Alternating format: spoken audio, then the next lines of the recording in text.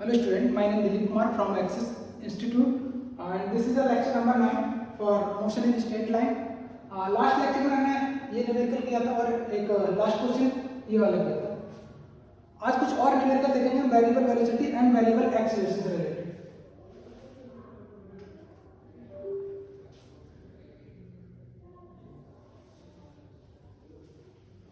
A particle moves along a straight line OX at a time t in second.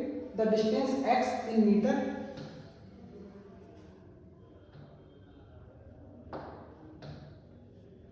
of the particle from O is given by x equal to 40 minus 12t. यहाँ पे correction होगा 40 minus 12t minus t. How long would the particle travel before coming to rest? तो rest में आने से पहले particle कितना distance travel कर चुका होगा वो हमको फाइंड करना है। तो रेस्ट में कब आएगा जब उसका वेलोसिटी जीरो हो जाएगा, तो पहले हमें ये फाइंड करना पड़ेगा उसका वेलोसिटी किस टाइम पे जीरो होगा। तो हमको डिस्प्लेसमेंट दे रखा है, वेलोसिटी फाइंड करना है, तो डिस्प्लेसमेंट का डेरिवेटिव करेंगे dx by dt equal to d of dt 40 minus 12t minus t cube d over dt of 40 minus 12 constant है, उसको बाहर ले लेंगे, डिफरेंशिएशन किसका होगा t का minus d of dt t cube. ये आ गया dx by dt क्या होगा velocity v equal to constant का डिफरेंशिएशन क्या हो जाएगा 0 माइनस 12 इंटू टी का क्या होगा differentiation 1 with respect to t minus t की पावर 3 का क्या हो जाएगा 3t स्क्वायर। ठीक है, x की पावर आएगा nx n माइनस 1। तो यहाँ से v इक्वल टू आ गया माइनस का 12 माइनस 3t स्क्वायर। ठीक है, तो यहाँ पे 3t स्क्वायर बराबर कितना आएगा माइनस का 12 और t स्क्वायर बराबर माइनस 4। ठीक है, तो स्क्वायर नंबर आ रहा है नेगेटिव आ रहा है, मतलब स्क्वायर कभी भी नेगेटिव नहीं होगा, तो यहाँ पे जो क्वेश्चन में करेक्शन था वो यहाँ पे प्लस होगा। ठीक है, क्या होगा 40 प्लस 12, तो इसको अगर हम प्लस करेंगे ये plus and this is plus plus plus. ठीक है, तो ये क्या आ जाएगा plus plus t square equal to 4 आ गया, तो यहाँ से टी का वैल्यू कितना आ जाएगा टी बराबर 2 सेकंड। ठीक है, तो पार्टिकल का वेलोसिटी कब जीरो होगा टी बराबर 2 सेकंड। इसको हमने क्या किया, इसको जीरो पे इक्वल रखा है, वेलोसिटी को क्या रखा है टी बराबर 0। वेलोसिटी जीरो कब हुई टी बराबर 2 सेकंड पे। तो हमें क्या फाइंड करना था, हमें फाइंड करना था कि how long would the particle travel before coming to rest. तो उसने 2 सेकंड तक ट्रैवल किया, तो 2 सेकंड में कितना डिस्टेंस ट्रैवल किया होगा वो हमको फाइंड करना है। ठीक है, तो उसको फाइंड करने के लिए क्या करेंगे, हमारे पास वेलोसिटी का एक्सप्रेशन है v बराबर 12 माइनस 3t स्क्वायर। ठीक है,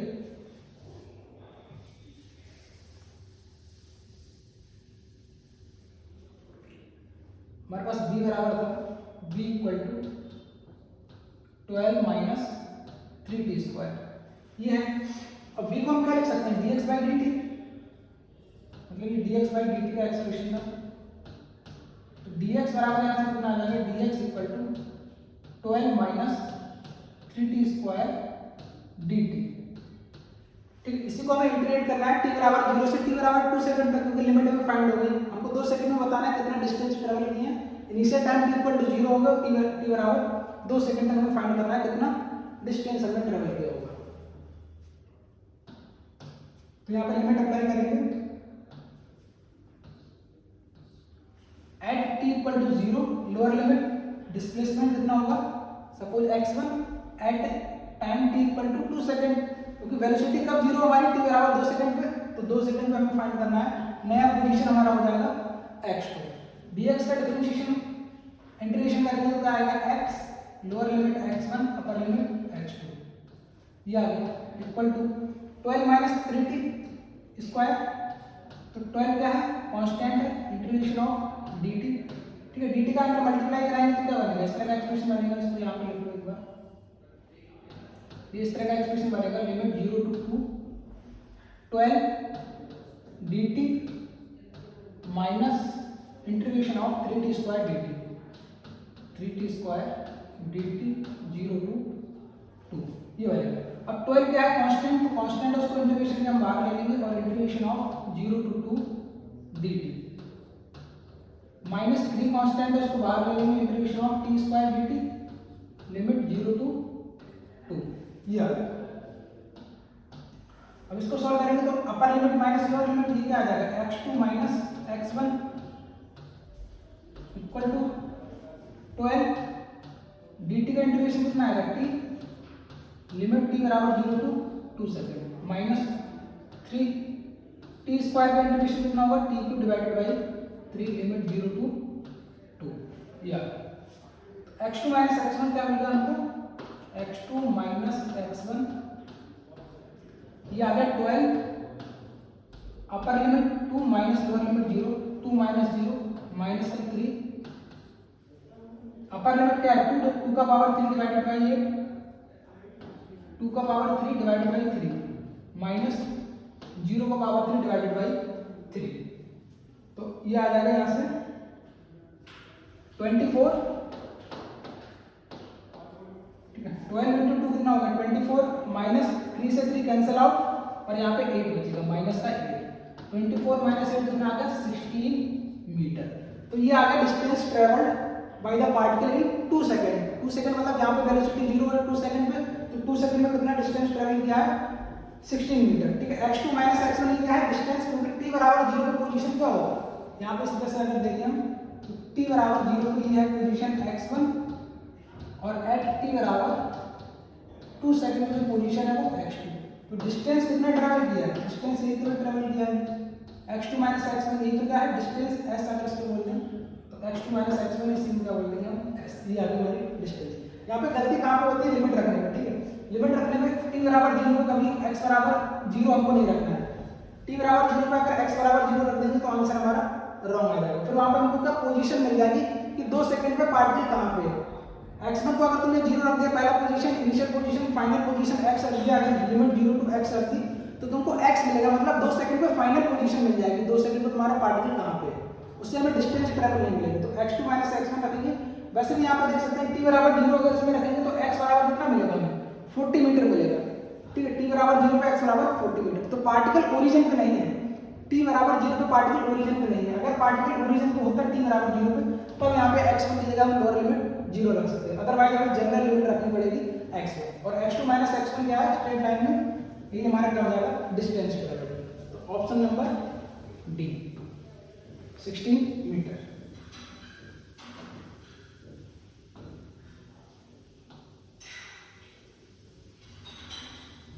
नेक्स्ट क्वेश्चन है, a particle of unit mass undergoes one dimension motion such that its velocity vary according to vx equal to beta x की power -2, where beta and n are constant and x is the position of particle, the acceleration of the particle as a function of x is given by।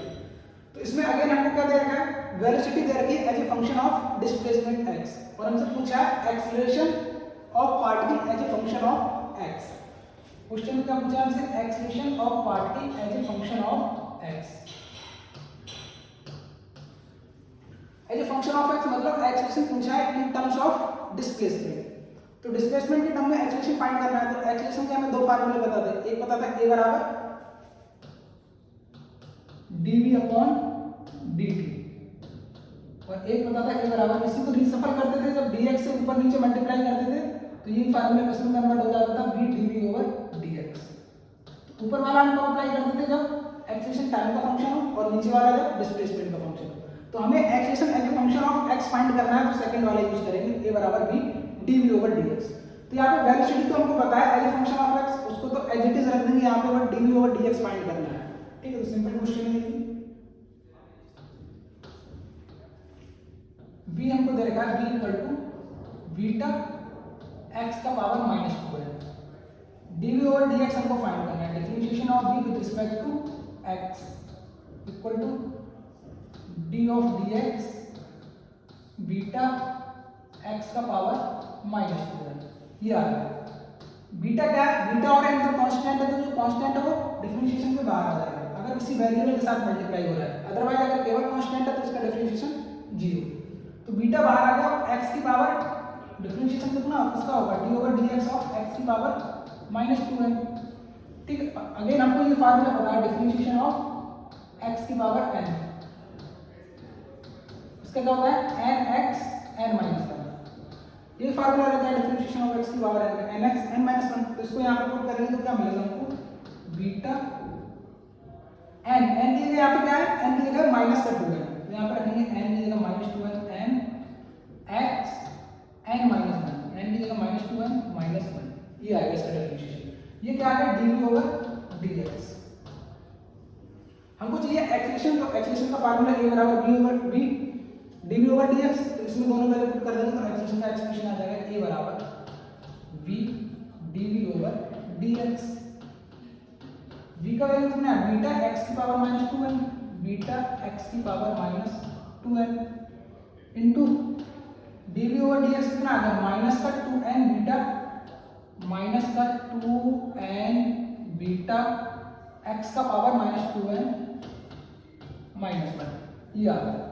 ठीक है, इसको थोड़ा सा एक step और simplify कर सकते हैं तो एक्सप्रेशन आ जाएगा a equal to minus common ले लो, मतलब माइनस साइन आगे आ जाएगा 2n बीटा दो बार मल्टीप्लाई हो रहा है तो ये हो जाएगा माइनस 2n बीटा का होल स्क्वायर x, ये मल्टीप्लाई हो रहा है, मल्टीप्लाई में अगर बेस इक्वल है तो पावर क्या हो जाएंगे ऐड, x का पावर माइनस 2n यहाँ पे और माइनस 2n माइनस 1 यहाँ पे, तो दोनों ऐड हो जाएंगे तो ये आ जाएगा x का पावर माइनस का 2n माइनस 2n माइनस 1, इस तरह से लिखेंगे ऐड हो जाएगी पावर। ठीक है, तो इसको लिख सकते हैं अगेन हम x की पावर माइनस के 4n माइनस 1। ठीक है, एक्सप्रेशन यहाँ पे जो फाइनल आंसर है वो आ जाएगा a इक्वल टू माइनस का 2n बीटा x का पावर माइनस 4n माइनस 1, ये फाइनल आंसर है। ठीक है, ये आ गया expression as a function of displacement x।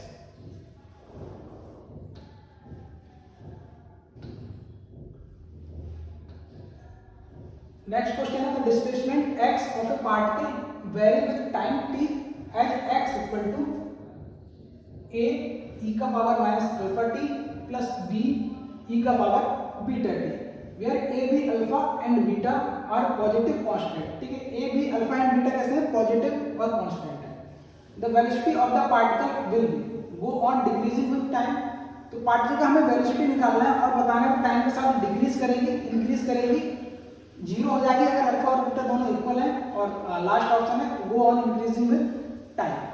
तो सबसे पहले हमें वेलोसिटी फाइंड करना रहेगा, हमको देखा रहेगा डिस्प्लेसमेंट, तो डिस्प्लेसमेंट दे रहेगा हमको वेलोसिटी फाइंड करना है तो क्या करेंगे, डिस्प्लेसमेंट से अगर वेलोसिटी फाइंड करना है तो अगेन डिफरेंशिएशन करेंगे एक बार, यहाँ पे लिखेंगे पहले x इक्वल टू जो कि गिवन है हमें a e का power minus alpha t plus b e का पावर बीटा t, इसको डिफरेंशिएट करेंगे x के रिस्पेक्ट में t के रिस्पेक्ट में, तो हमको क्या मिल जाएगा velocity dx by dt equal to d of dt a e का power minus alpha t plus d of dt b e का पावर बीटा t, ये मिलेगा। ठीक है, अगेन a कांस्टेंट है तो कांस्टेंट को डिफरेंशिएशन के बाहर आ जाएगा, a e का power minus alpha t, e की पावर x का डिफरेंशिएशन क्या होता है differentiation of d of dx e का पावर x, e का पावर x का e का पावर x होता है डिफरेंशिएशन। ठीक है, और अगर e की पावर t का हमको करना है, सॉरी e का पावर ax का अगर करना है तो क्या होगा, अब देखो e की पावर अगर ax का करना है तो इसको सब्स्टिट्यूशन मेथड से करते हैं, मतलब इसको ax को अगर t मान ले, ठीक है, तो ax को अगर t मान लेंगे तो e के पावर t बन जाएगा, और e की पावर t का क्या होगा e की पावर t, यहाँ पर सिंपल ऐसे याद रखो कि e की पावर ax का e की पावर ax मल्टीप्लाइड में जो ax है उसका हमें डिफरेंशिएशन करना है with respect to x, ax का करेंगे तो कितना आएगा a, इसको थोड़ा सा डिटेल में बता देते हैं। अगर हमको फार्मूला नहीं पता है e की पावर x का, ये तो हमें याद रखना पड़ेगा कि e की पावर x का अगर डिफरेंशिएशन करेंगे तो वो e की पावर x आएगा, ठीक है। अब यहाँ पे क्या है, e की पावर अल्फा t, तो अगर देखो यहाँ पे मैं डिफरेंशिएशन करूँ d ऑफ dx e की पावर ax, तो इसका फार्मूला मेरे को नहीं पता है, फार्मूला किसका पता है, e की पावर x का। e की पावर x का डिफरेंशिएशन क्या होगा, e की पावर x, यहाँ पे e की पावर अल्फा x, तो मैं क्या करता हूँ यहाँ पे अज्यूम कर लिया मैंने यहाँ पे कि e की पावर ax को केवल मैं मान लेता हूँ t, ax को मैंने क्या मान लिया t। अब इसका मैं डिफरेंशिएशन कर दे रहा हूँ किसके रिस्पेक्ट में, x के रिस्पेक्ट में, तो a dx by dt कितना आ जाएगा 1, ठीक है। या फिर ऐसे देखो, इसको अगर मैं t मान लूं, ये जो फंक्शन है मेरा y बराबर e की पावर ax है, ठीक है। इसको करना है मैंने डिफरेंशिएट किसके रिस्पेक्ट में, x के रिस्पेक्ट में। तो अगर मैंने इस वाले टर्म को t मान लिया, ax बराबर क्या माना मैंने t, तो इसको मैं लिख सकता हूं y बराबर e की पावर t, ठीक है। ax को t मान लिया, y बराबर e की पावर t। अब e की पावर t का डिफरेंशिएशन मेरे को पता है, बट किसके रिस्पेक्ट में, t के रिस्पेक्ट में। e की पावर t का अगर डिफरेंशिएशन t के रिस्पेक्ट में करेंगे तो e की पावर t आएगा। तो यहाँ पे मैं dy बाई dt फाइंड कर सकता हूँ, क्या फाइंड कर सकता हूँ, dy अपॉन dt। तो dy अपॉन dt क्या होगा, e की पावर t का डिफरेंशिएशन क्या रहता है, e की पावर t आ जाएगा, ठीक है। इस पर से लिखेंगे d ऑफ dt e की पावर t, तो हमको क्या मिलेगा, e की पावर t ही मिल जाएगा, ठीक है। बट हमको क्या फाइंड करना है, हमको फाइंड करना है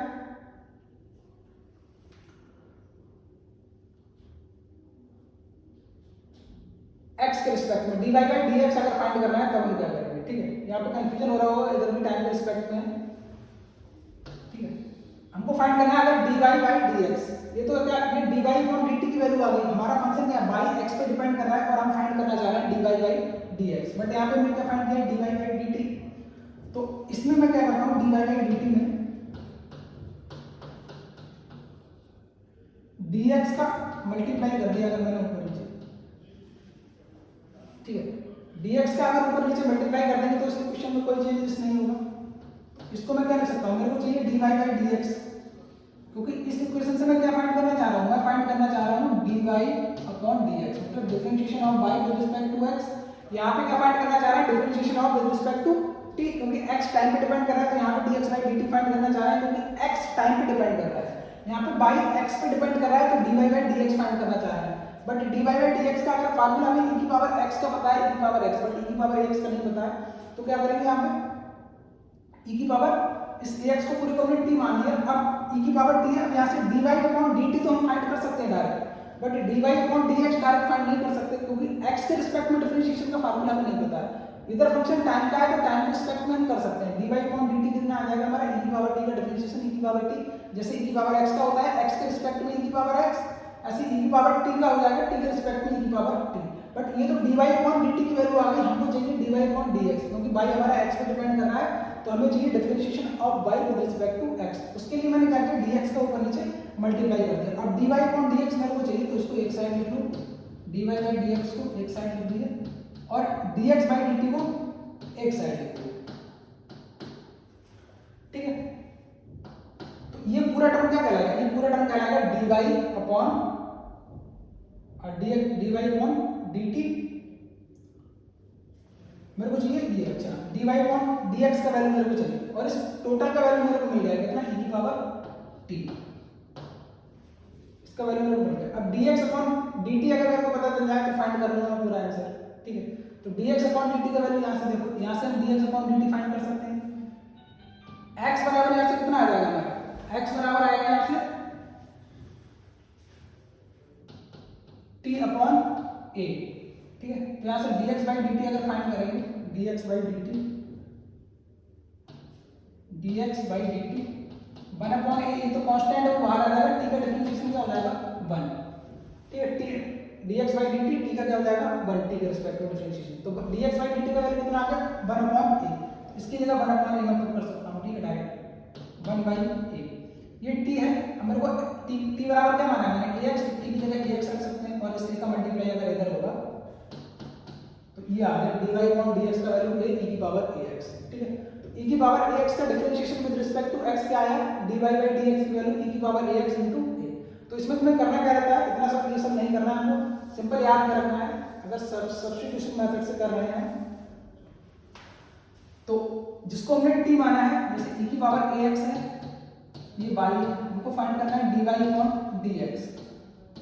तो हमको करना क्या है, e की पावर ax, इसको पूरे को क्या मानो t, तो e की पावर t का क्या हो जाएगा, e की पावर t और t बराबर क्या है ax इनटू, इसको t माना था ना ax को, तो ax का फिर से डिफरेंशिएशन करना है x के रिस्पेक्ट में, d over dx of x, e की पावर ax और इसका क्या आ जाएगा a इनटू e की पावर ax, ऐसे करना है, ठीक। तो यहाँ से a तो कांस्टेंट है, वो तो बाहर आ गया, e की पावर माइनस अल्फा टी, देखो e की पावर x का डिफरेंशिएशन होता है e की पावर x और e की पावर माइनस x का होता है e की पावर माइनस x। तो e की पावर माइनस अल्फा टी का डिफरेंशिएशन क्या हो जाएगा, e की पावर माइनस अल्फा टी। अब जो अल्फा टी है उसका डिफरेंशिएशन होगा टाइम के रिस्पेक्ट में, dt के रिस्पेक्ट में करना है। तो अल्फा टी है उसका माइनस का जो अल्फा टी है उस माइनस के अल्फा टी का करेंगे डिफरेंशिएशन इसके रिस्पेक्ट में टाइम के, तो वो क्या आ जाएगा माइनस के अल्फा, मतलब यहाँ पे लिख देते हैं स्टेप और D of dt minus alpha T, ठीक है, प्लस b कांस्टेंट है वो तो बाहर आ जाएगा, हमें डिफरेंशिएशन किसका करना है e की पावर बीटा टी का। तो e की पावर बीटा टी का डिफरेंशिएशन होता है e की पावर बीटा टी और फिर d of dt beta T को कुछ भी तुमने माना होगा तो बीटा टी का एक बार और करना है, ठीक है। तो यहां से ये आ गया a e की पावर माइनस के अल्फा टी माइनस का अल्फा कांस्टेंट है बाहर आ जाएगा और t का डिफरेंशिएशन क्या हो जाएगा सिंपल 1 प्लस b e का power beta T into beta constant है वो डिफरेंशिएशन के बाहर आ जाएगा और t का डिफरेंशिएशन क्या हो जाएगा 1। तो ये एक्सप्रेशन इसका आ गया हमारे पास वेलोसिटी का, ठीक है, v का। v बराबर इसको लिख सकते हैं माइनस का a अल्फा e की power minus alpha T plus b beta e की पावर बीटा टी। ये आ गया हमारा एक्सप्रेशन इसका वेलोसिटी का। इसी को देखकर आपको क्या बताना है कि वेलोसिटी हमारी क्या इंक्रीज कर रही होगी, डिक्रीज कर रही होगी या फिर जीरो हो जाएगी अगर अल्फा बीटा बराबर होंगे। तो इस एक्सप्रेशन में हमको क्या दिख रहा है, मतलब अगर टाइम का वैल्यू इंक्रीज करेंगे तो हमको क्या मिलेगा। तो पहले तो इसको थोड़ा सा एक बार मैं रीसफल करके यहाँ पे लिख रहा हूँ। वेलोसिटी को हम ऐसा लिख सकते हैं v इक्वल टू, इस बार टर्म को पहले लिख लेता हूँ v बीटा e का power beta T minus a alpha e का power minus alpha T. e की पावर माइनस अल्फा टी को मैं लिख सकता हूँ 1 अपॉन e की पावर प्लस का अल्फा टी। ये जो एक्सप्रेशन है e की पावर माइनस अल्फा टी, इसको अगर डिवाइडेड में ले जाएंगे क्या लिखेंगे e की पावर प्लस की अल्फा टी। अब ये देखो ये एक्सप्रेशन तुम्हें मिला है, इसमें अगर टाइम का वैल्यू बढ़ा होगा तो e की पावर बीटा टी है, टाइम का वैल्यू इंक्रीज करोगे तो e की पावर t का वैल्यू भी बढ़ेगा, ठीक है। e की पावर t है तो अगर टाइम का वैल्यू बढ़ाओगे तो e की पावर में e का स्क्वायर बनेगा, टाइम का वैल्यू बढ़ाओगे e की पावर 3 e की पावर 4। तो जैसे जैसे टाइम बढ़ाओगे पहला वाला तुम्हारा एक्सप्रेशन है उसका वैल्यू भी क्या होगा इंक्रीज होगा, टाइम बढ़ाने पर तुम्हारा जो फर्स्ट वाला एक्सप्रेशन है वो इंक्रीज होगा। सेकंड वाला क्या होगा, सेकंड वाला e की पावर अल्फा टी डिवाइडेड में है तो जैसे t बढ़ाओगे ये वाला एक्सप्रेशन तुम्हारा इंक्रीज होगा बट ओवरऑल क्या होगा डिक्रीज, क्योंकि ऊपर क्या है, ऊपर एक कांस्टेंट है a और अल्फा, a अल्फा दोनों कैसे कांस्टेंट, तो ऊपर कांस्टेंट नंबर है और नीचे क्या है टाइम का फंक्शन। तो जैसे टाइम बढ़ाओगे ये वाला एक्सप्रेशन इंक्रीज होगा बट ओवरऑल ये क्या हो जाएगा डिक्रीज, और ये टर्म आगे कैसा है माइनस का है, ठीक है। तो देखो माइनस वाली जो क्वांटिटी है वो टाइम के साथ क्या हो रही है डिक्रीज और प्लस वाली क्वांटिटी क्या हो रही है इंक्रीज। तो जैसे जैसे आप टाइम बढ़ाएंगे हमारी वेलोसिटी क्या होगी इंक्रीज। तो इसका कौन सा ऑप्शन राइट हो जाएगा, go on increasing with time, fourth option.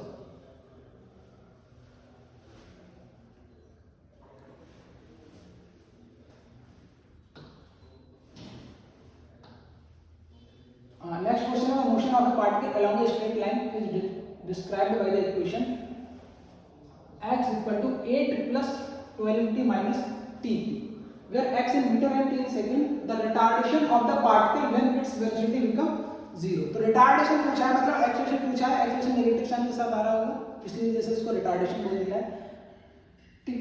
तो रिटार्डेशन पार्टिकल का हमें फाइंड करना है जब इसका वेलोसिटी क्या हो जाए 0। तो सबसे पहले हमें क्या रिटार्डेशन फाइंड करना रहेगा और किस टाइम पे जब वेलोसिटी 0 हो। तो सबसे पहले रिटार्डेशन का मतलब एक्सेलरेशन फाइंड करना है।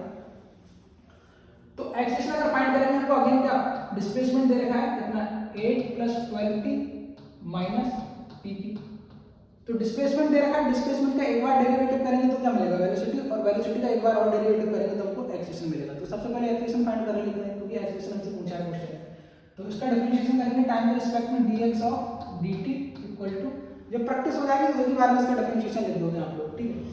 Again d of dt 8 plus d of dt 20 minus d of dt t, ये आ गया। तो dx बाय dt को क्या लिख सकते हैं, वेलोसिटी v, कांस्टेंट का डिफरेंशिएशन हो गया 0 प्लस 12 कांस्टेंट है ये बाहर आ गया, और डिफरेंशिएशन किसका होगा t का विद रिस्पेक्ट टू t। तो ये कितना आएगा 1, तो 12 into 1 माइनस t की पावर 3, तो x की पावर n का क्या होता है nx n minus 1, ये हो जाएगा 3t स्क्वायर। तो यहाँ से वेलोसिटी आ गया हमारे पास v equal to 12 minus 3t square, ठीक है। ये एक्सप्रेशन हमारे काम का है वेलोसिटी का। हमको एक्सेलेरेशन फाइंड करना है तो इसका एक बार और डेरिवेटिव करना पड़ेगा विद रिस्पेक्ट टू टाइम। तो dv बाई dt अगर करेंगे तो हमें क्या मिलेगा, d of dt 12 minus d of dt 3t square. अगर ये कांस्टेंट है तो कांस्टेंट का डिफरेंशिएशन क्या होगा 0, 12 का माइनस 3 कांस्टेंट ही डिफरेंशिएशन के बाहर आएगा, और डिफरेंशिएशन किसका करेंगे d of dt equal to t square. ये क्या dv बाई dt क्या हो गया हमारा एक्सेलरेशन, तो a का वैल्यू यहाँ से आ जाएगा a इक्वल टू माइनस का 3 इंटू टी स्क्वायर का क्या होगा x की पावर n का nx n माइनस 1, तो ये आएगा 2t यानी माइनस का 6t। तो यहाँ से एक्सेलरेशन आ गया, ये फंक्शन ऑफ टाइम। हमको एक्सेलरेशन कब फाइंड करना है जब वेलोसिटी कितना हो 0। तो हमारे पास एक्सप्रेशन है वेलोसिटी का ये काम करते हैं। ये कब 0 होगा ये हमें पहले फाइंड करना है कि वेलोसिटी पार्टिकल का कब 0 होगा। तो v बराबर यहाँ से 0 रखेंगे, v इक्वल टू 0, तो यहाँ मिलेगा 12 minus 3t square equal to 0, 12 equal to 3t square, t square equal to 4, t बराबर 2 सेकेंड। तो 2 सेकंड में पार्टिकल की वेलोसिटी क्या होगी 0। उस टाइम पे हमको एक्सेलरेशन फाइंड करना है, पार्टिकल का एक्सेलरेशन कितना होगा। तो यहाँ पे t की जगह क्या रखेंगे 2 सेकंड, तो एक्सेलरेशन आ जाएगा a बराबर माइनस का 60, a इक्वल टू माइनस का 6 मल्टीप्लाइड बाई 2 माइनस का 12 मीटर पर सेकंड स्क्वायर। माइनस साइन क्या बता रहा है कि रिटार्डेशन हो रहा है, ठीक है। तो रिटार्डेशन की जो वैल्यू होगी वो कितनी हो जाएगी 12 मीटर पर सेकंड स्क्वायर, ठीक है। तो इस लेक्चर में इतना ही रखते हैं, थैंक यू।